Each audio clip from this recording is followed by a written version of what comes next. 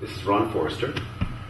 We actually go back quite a ways in the community together. Yes, we do. And we both call this community home. I was actually born in the city, and he was born elsewhere in Ontario. Windsor, Ontario. Windsor.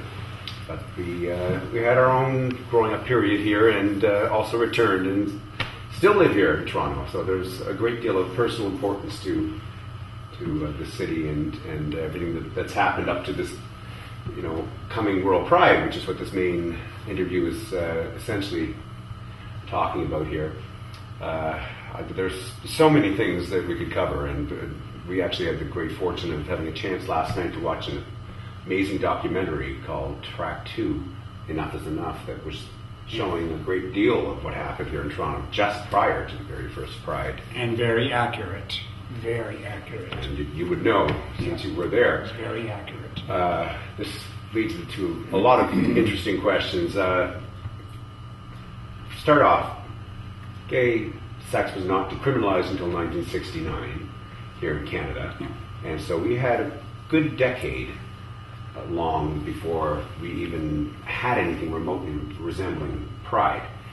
And apparently, from what you told me, they used to start off having like almost unofficial prides at the island. Yes. Every June, we had the gay people in Toronto.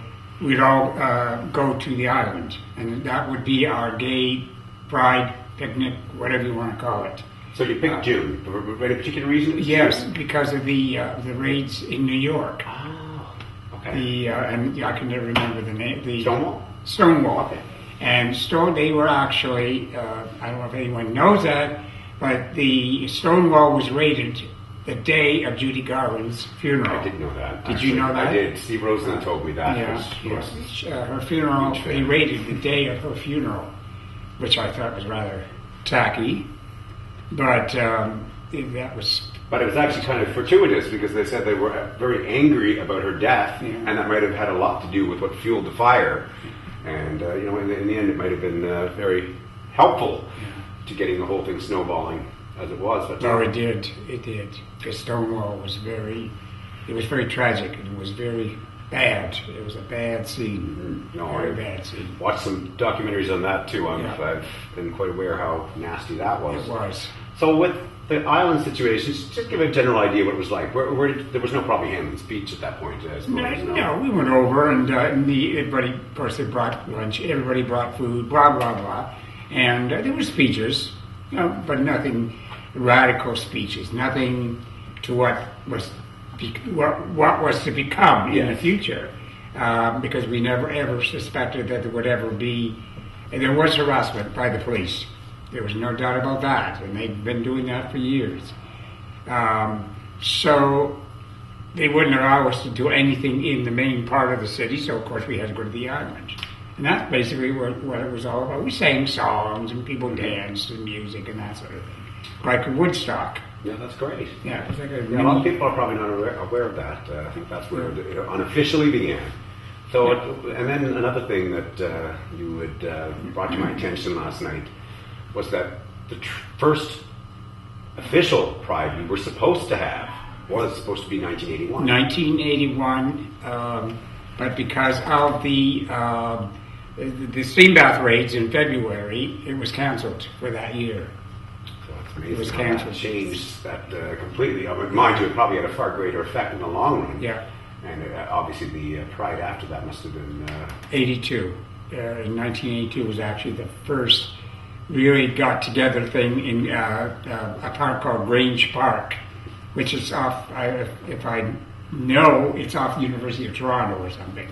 It's outside, it's in University of Toronto. That probably had a great deal to do with making it such a successful world, stage for Pride, because they were so angry that year before, and they already marched and had such a big to-do, that by the time they actually did the first Pride Parade, they kind of had a little bit under their belt. That probably had a great deal to do with why we're one of the largest cities in the world that has, Pride. Well, from what I understand, of course, Toronto is the third largest in the world. I think it still is. I think this gentleman and I, we were talking about that earlier, and I think Brazil? Brazil is, yeah, I think it's number one. It's number one. There's no doubt. So many people. But Australia is... Sydney. Sydney, is that the second? Yeah, from what I understand, Sydney is number two. This is where I was confused, because Yeah. I thought New York was like... No. No, it's not? No. So we beat out New York? Oh, yes, of course we do. We're number that's good three. to We know. are third in the world. Sorry, New Yorkers. No. Well, that's good to know. Very good. This is from what I understand. This is from what I have been told. We are the top three. Well, for a relatively small city in terms of global, sizes, that's quite impressive. We've come quite a long way. You said it pre-talking about this. You can't remember exactly how many people probably were first showing up at the first Pride. It's probably hard to really notice that. The first Pride, what would you estimate? Not a lot. Thousands? I would say thousands. But I don't know. But as I said to you earlier, and I remember this, walking up Yonge Street, we were not allowed to walk on the road. We had to walk on the sidewalk. And we could only have what I call ghetto blasters, boom boxes, or whatever you call them. That's the only kind of music we could have. And how did you get any approval for this? Who actually sanctioned We did it. Oh, you did it? We did it. Oh, you did it? Yes. At that time, Mayor Art Edelton, as I remember, was the mayor. And he absolutely against Pride. Yes, I recall from the video. The one prior to him, John Sewell, actually was an amazingly good man and a very good ally to our cause. Yeah. He was mayor from 78 to 80, if I remember correctly, and he was quite an impressive figure. I was shocked to see such an early straight ally, especially in politics. Yeah. If he had been mayor, it might have been a different story. Yeah, they said he got scuttled because of his, of course, tarnished brush with being very liberal with the gay community, and I think that Egerton could have been different. I think Egerton, he was, as I said, he was against it, and I think that by 1982 there were so many thousands of gay people. He had no choice. Now that's my He was idea. Political pressure, I guess. So exactly. Well, after what had just happened, I guess the year before, he didn't. I suppose he made a judgment call that if he didn't allow something to happen and keep it as under control as he could do, then he figured there would be more trouble. So that was obviously a wise move on his part in that respect. He didn't need the powder keg blowing up any more than it already had. Was there any media coverage at that time? Not that I remember. Okay. If there was, it was very little. Back then, as far as I know, there was like zero support from the straight community. Yeah, I can imagine. There wasn't any. Because any that would be there would be very scared to come forward naturally. It was very little. So obviously sponsorships of any kind were completely out of the question at that time. No. How was everybody's spirits? Was it uplifting as far as communities? Like, was everybody feeling that vibe of things in coming the gay together? community? They were. Yes. The straight community were fearful. Oh, they were scared because we were labeled, and as you've seen in that documentary we seen last night, gays were labeled as criminals. Yeah, because it wasn't too long before that's exactly what they were branded legally as. It took criminals. A very short time prior to that, to get that reversed, and you don't change people's minds that quickly, unfortunately. But we were so the straight community, and it's understandable. They were scared. Yeah, the straight people were. Here's all these thousands of gay people marching on the street. All these criminals. Yeah, and they don't. Not mine. Typically, they don't know who is watching. They don't know. They don't know what they didn't know know what they to don't expect. Exactly. It's. But it changed. Bit by bit. That's the thing. Years it changed. As you would have seen, it must have grown exponentially every year. Never in my ever imagination, or anybody's imagination, did we ever think back in 1982 that there would be a World Pride in Toronto. Because all we wanted was equality. And as I explained to you last night, and from my own experience, I know as I said to you, 2 men back then were not allowed to rent an apartment. You couldn't rent. You couldn't. Yeah, that one's one you shocked me with last night. Yeah, I was like, are you kidding? That one floored me to realize that that's how they were so subtly discriminating against people in ways that you're getting screwed over, and there was little you could do about it. And people were losing their jobs. Well, I lost 3 jobs for being gay. 3 different jobs. It was legal to be gay, but the landlords had the right to refuse, and they did. Yeah, so such a difference. It sure is. Such a difference. It was a slow climb, but yeah, that showed a huge difference over the time. But when you think back to those early periods too, what's your most memorable Pride moments through the years? Oh, the Sisters of Perpetual Indulgence. Are they? They were my biggest. I just loved them. Of course, everybody's too young, but they were. Well, there's the pictures here of them.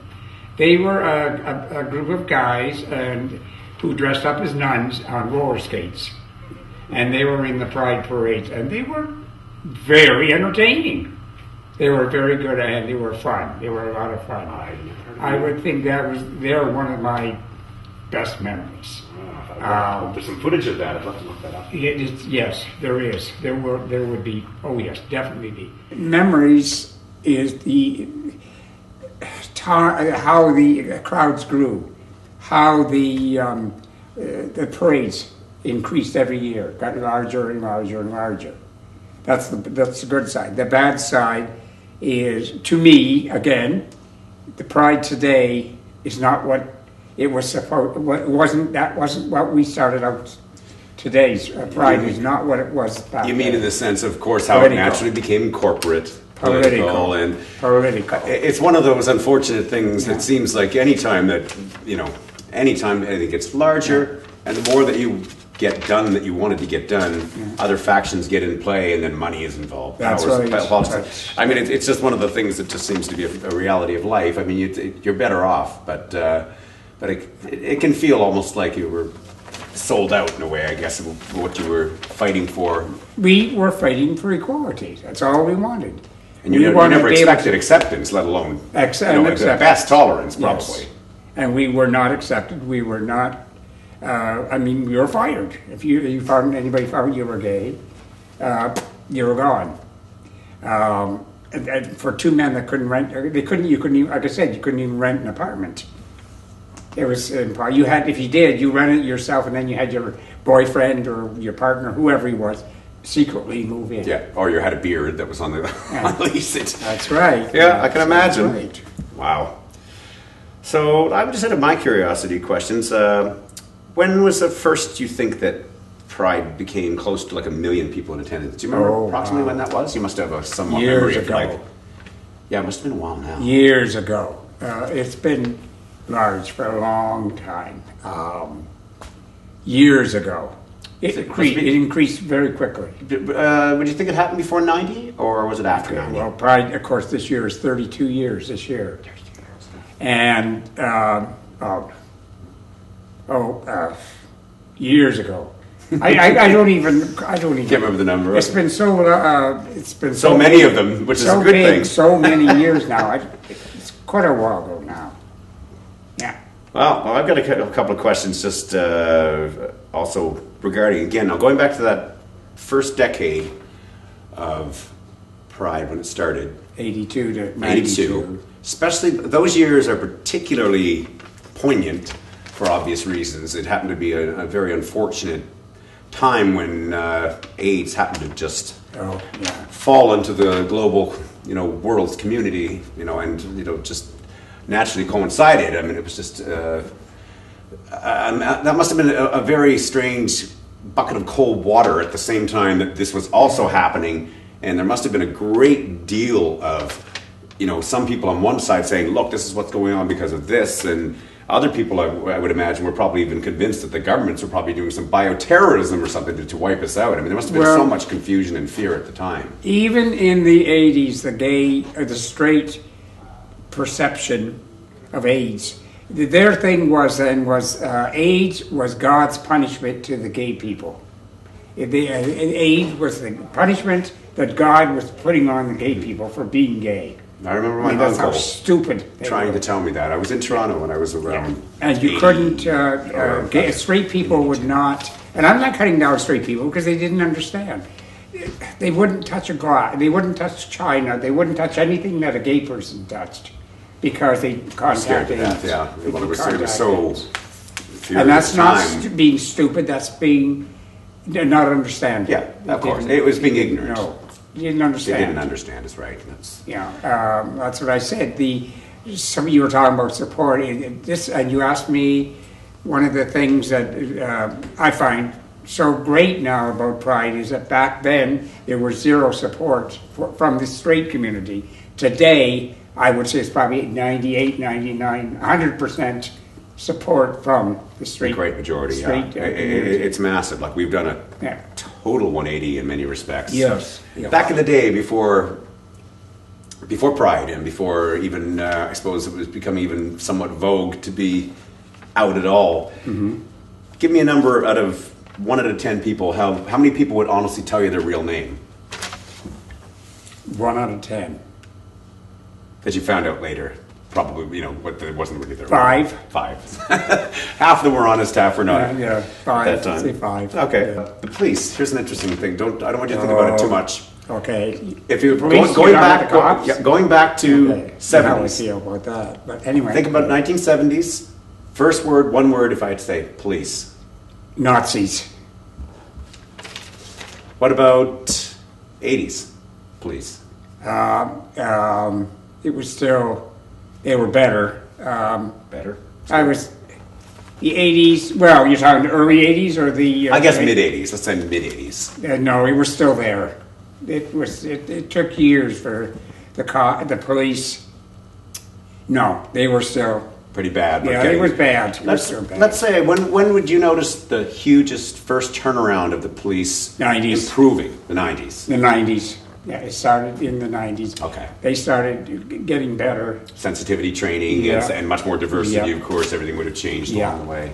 And then, as you know, I mean, there's a quarter of the police force now are gay people. That's right. Gay men and women. Of course, adding. Now, when that came, I suppose that had been in the 2000s, in the century, the new century.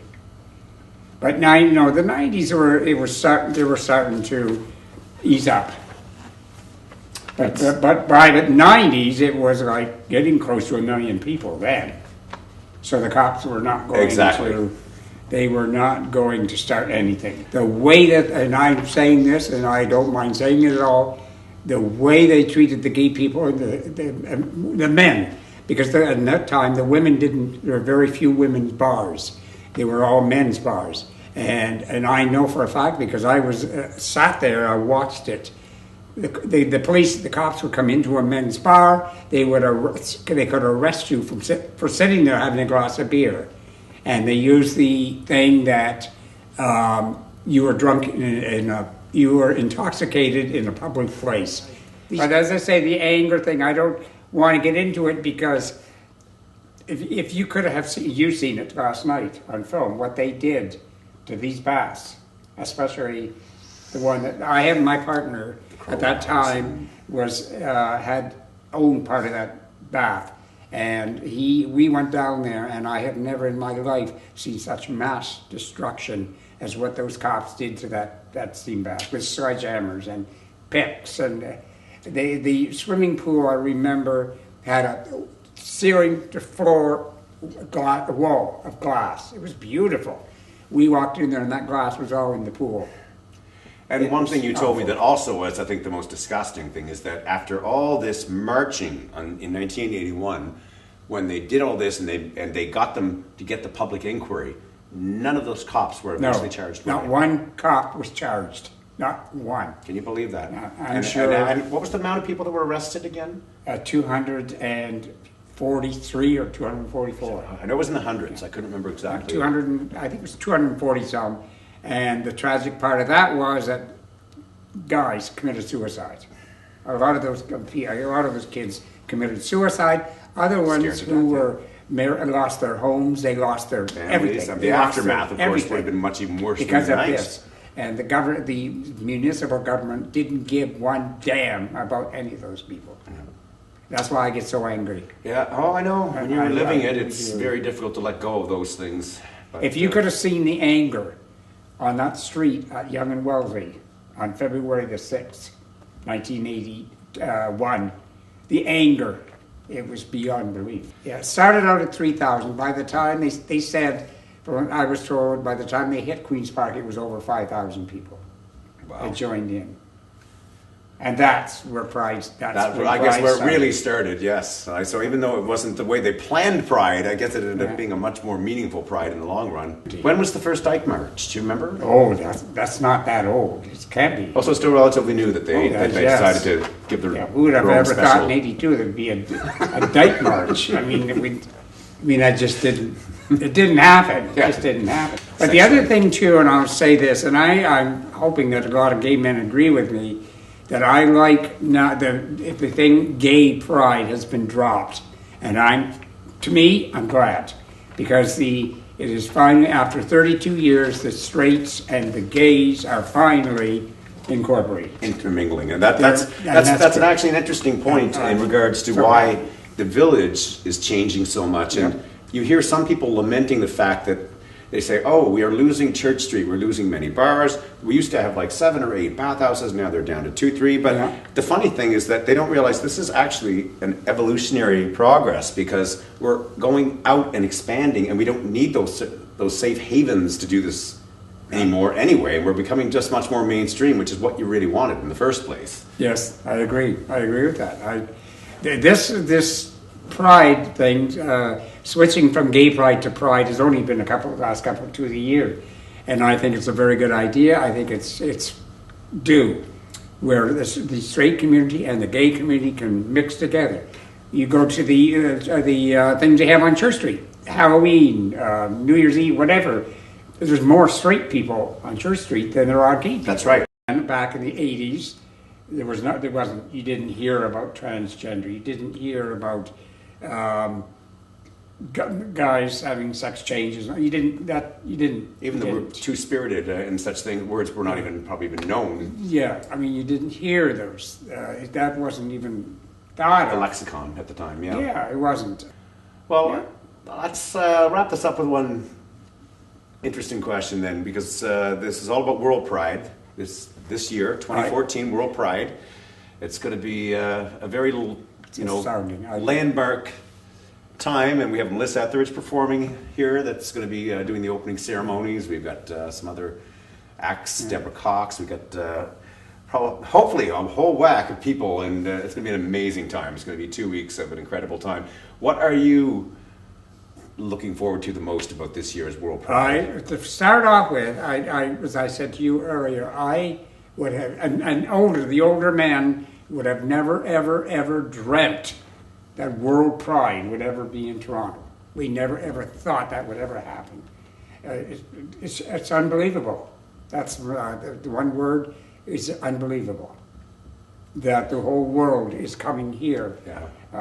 I just hope we can swing it. I just hope we can do it. I guess it goes to show how sometimes just fighting a little bit with enough faith and enough people on your side can really make a huge difference. It's been, to see this happening, it's been worth every minute, every agony, everything that's happened over the years has brought us to this point. I just hope, my one wish is I wish and hope that young people could understand, know what we had to do to get them where they're at today. Well, I'm sure that you've been helping a great deal to make them understand it. And Ron, it was my pleasure to interview with you, and especially to spend last night watching that with you. I mean, it's been great to hear explained to me from somebody who's been there, and I think this has been an awesome time. I'm glad I was. Well, thank you very much for talking to me, and I think this will be a fascinating little take on World Pride for the Buzz.